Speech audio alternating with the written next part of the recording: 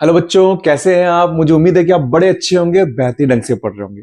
अब बेटा आपकी परीक्षा का समय नजदीक आ गया है। अब आपको अपनी तैयारियां अच्छी करनी है, लेकिन तैयारियां मजबूत करने के साथ साथ में आपको अपने आप पर, खुद पर विश्वास भी रखना है।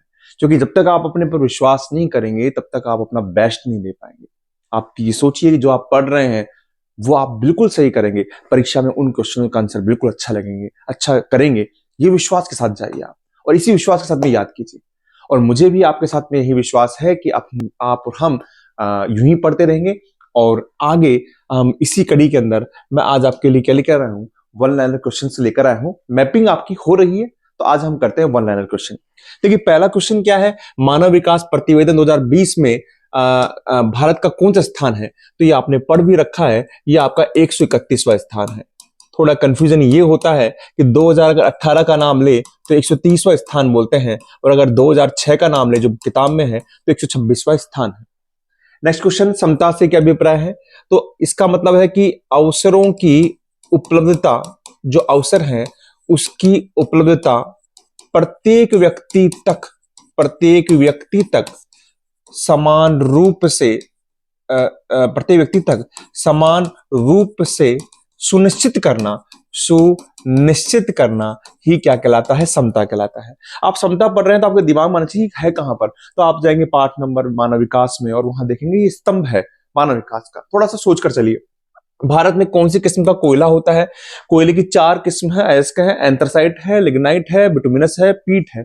और हमारे भारत में 80% के करीब क्या होता है, बिटुमिनस होता है। क्या होता है, बिटुमिनस होता है।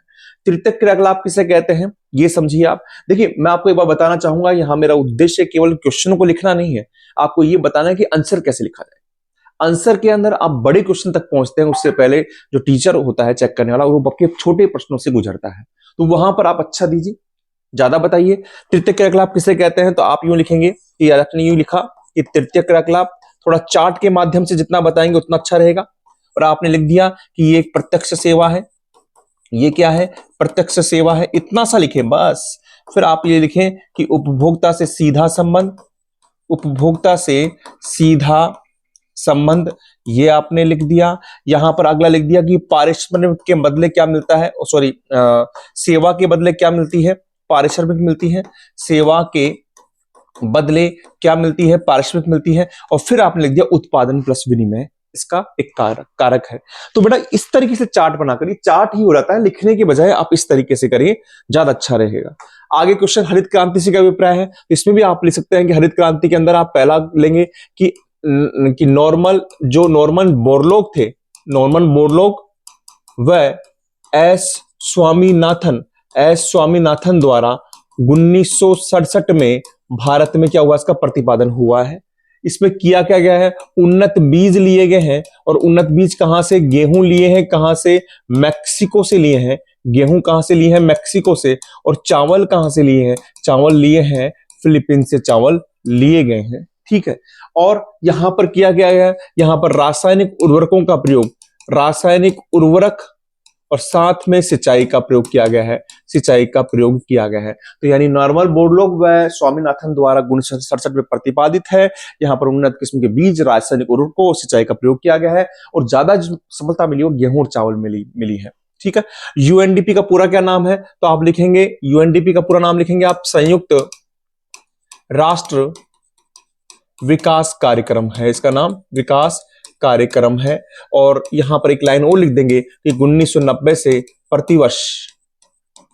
प्रतिवर्ष मानव विकास रिपोर्ट जारी करती है। मानव विकास रिपोर्ट ये क्या करती है, जारी करती है। ठीक है। इस तरीके से आप थोड़ा सा, मतलब आपने पूरी लाइन लिखी, आपने थोड़ा सा लिखकर उसमें ज्यादा बताने की कोशिश करी। नेक्स्ट, एनएचएआई का पूरा नाम क्या है, इसका पूरा नाम क्या आएगा, इसका नाम आएगा राष्ट्रीय राजमार्ग प्राधिकरण। ये लिख दिया आपने।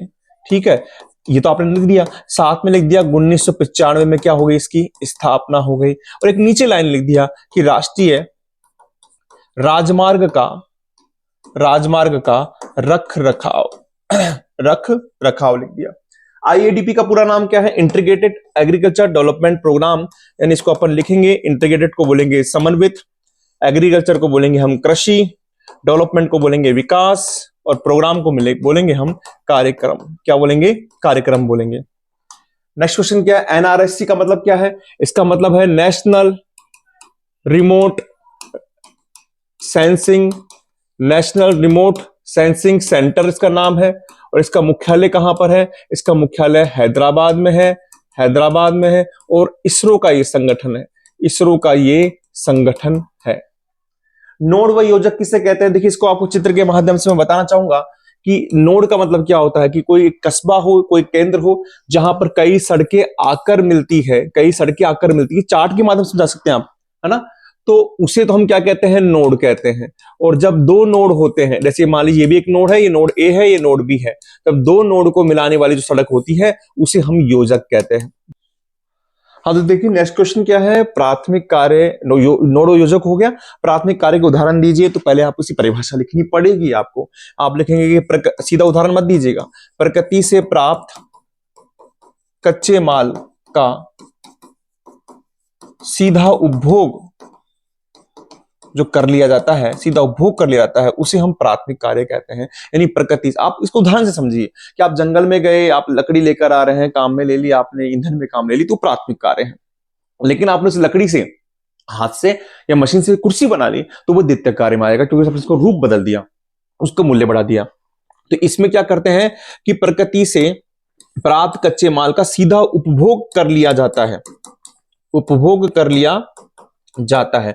उदाहरण आप लिखेंगे तो आप इसमें कृषि लिख सकते हैं, इसमें आप पशुपालन लिख सकते हैं, इसमें आप आखेट लिख सकते हैं, इसमें आप खनन लिख सकते हैं, ठीक है ना?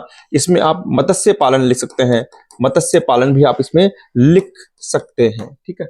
WTO का पूरा नाम लिखिए। इसका मतलब होता है विश्व व्यापार संगठन। क्या होता है? विश्व व्यापार संगठन होता है। और इसकी स्थापना हुई 1995 में हुई है, ठीक है। मुख्यालय जिनेवा स्विट्जरलैंड में है, थोड़ा सा लिख सकते हैं। थोड़ा आपको और बता दूं, इसके कार्य होते हैं। कार्य होता है कि संस्थापन जो देश हैं साथ में, उनके लिए एक मंच तैयार करता है, कोई विवाद हो जाए उसको निपटारा करता है, एक व्यापारिक नियम बनाता है, संसाधनों का अनुकूलतम उपयोग करता है, विश्व के लिए आर्थिक नीति बनाता है। ये सभी काम इसके हैं WTO के।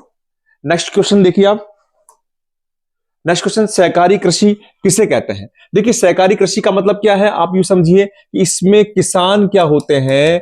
एक संस्था का निर्माण करते हैं। संस्था का निर्माण कर कम कीमत पर, कम कीमत पर क्या करते हैं? बीज खरीद रहे हैं, है ना? आपके कृषि यंत्र खरीदते हैं। आपके क्या खरीदते हैं? कृषि यंत्र खरीद रहे हैं, उर्वरक खरीदते हैं, ठीक है। लेकिन लाभ और हानि का बंटवारा क्या होता है? व्यक्तिगत होता है।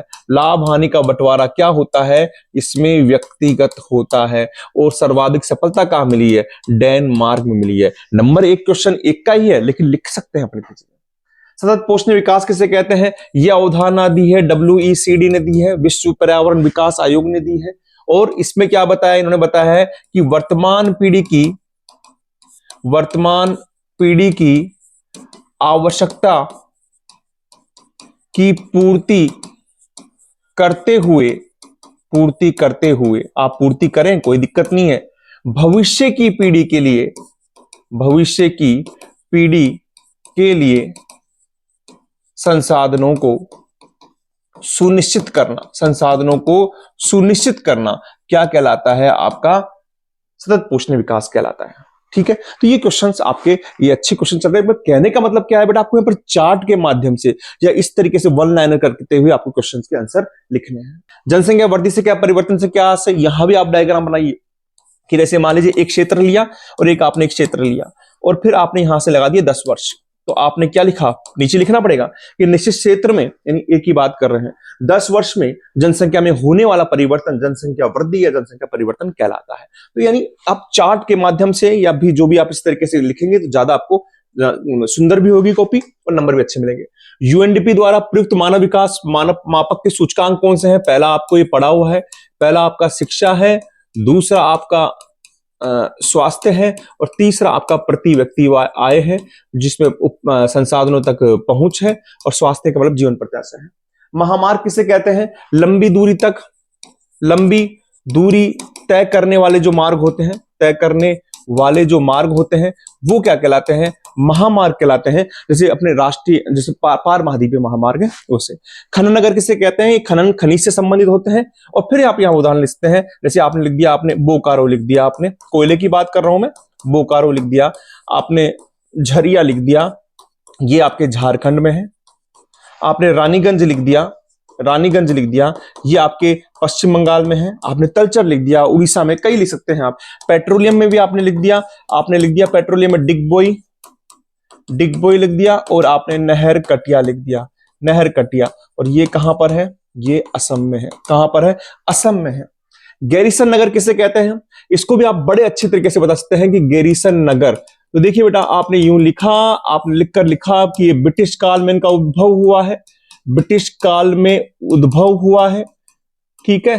फिर दूसरी लाइन लिखी आपने कि यहां पर ब्रिटिश काल में इसका उद्भव हो चुका है। दूसरी लाइन लिखी आपने कि सामरिक महत्व के होते हैं, सामरिक महत्व के होते हैं। तीसरी लाइन आपने लिख दी कि सैनिक छावनी के रूप में कार्य किए जाते हैं, सुरक्षा के कार्य किए जाते हैं। और फिर आपने नगरों के नाम लिखे, थोड़ा सा आप बड़ा करेंगे, नगरों के नाम बता देता हूं, आप हमेशा कंफ्यूज होते हैं। अंबाला है, अंबाला कहां पर है? हरियाणा में है। अगर हम बात करें जालंधर की बात करते हैं तो जालंधर आपके पंजाब में है।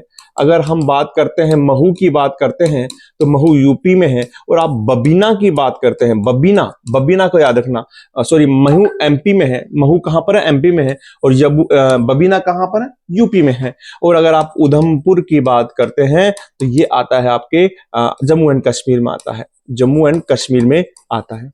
द्विपार्श्विक व्यापार किसे कहते हैं? यहां पर भी चार्ट बन सकता है, आप दिमाग में लगाएं।